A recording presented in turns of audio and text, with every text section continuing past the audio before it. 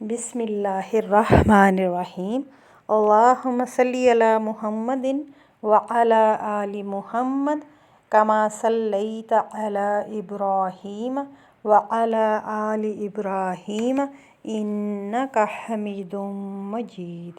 اللہم بارک علی محمد وعلی آل محمد کما بارکت علی ابراہیم وعلی آل ابراہیم انک حمید مجید۔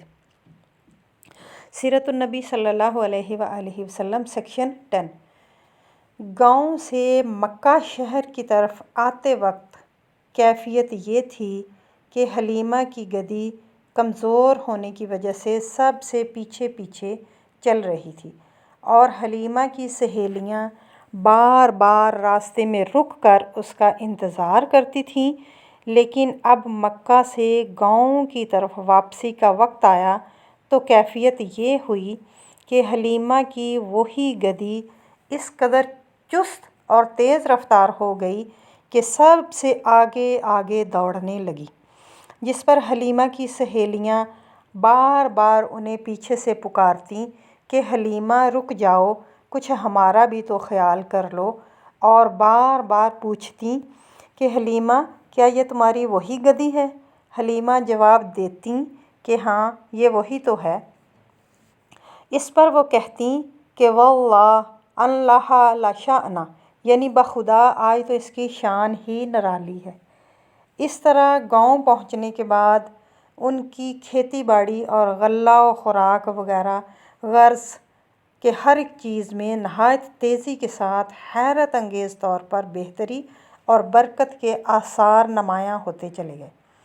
خود حلیمہ کی صحت بھی بہت اچھی ہو گئی، جس پر وہ دونوں میاں بیوی انتہائی حیران بھی تھے اور بہت زیادہ خوش بھی، حتیٰ کہ ایک روز حلیمہ کے شوہر نے انہیں کہا، حلیمہ یقین کرو بخدا مجھے تو یوں لگتا ہے کہ تم یہ جو بچہ لائی ہو یہ انتہائی مبارک ہے۔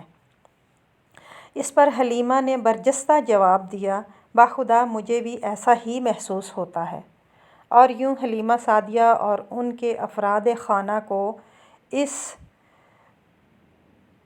در یتیم کی قدر و قیمت کا مکمل ادراک اور احساس ہوا، اور اس کی بدولت فیوز و برکات کا اپنی کھلی آنکھوں سے مسلسل وہ مشاہدہ بھی کرتے رہے اور خوب مستفید و مستفیض بھی ہوتے رہے۔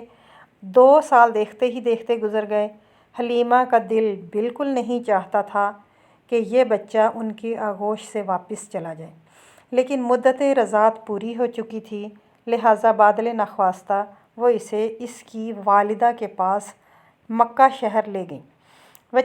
بچے کی والدہ نے اپنے لخت جگر کی اتنی اچھی صحت دیکھی تو انتہائی خوش ہوئیں۔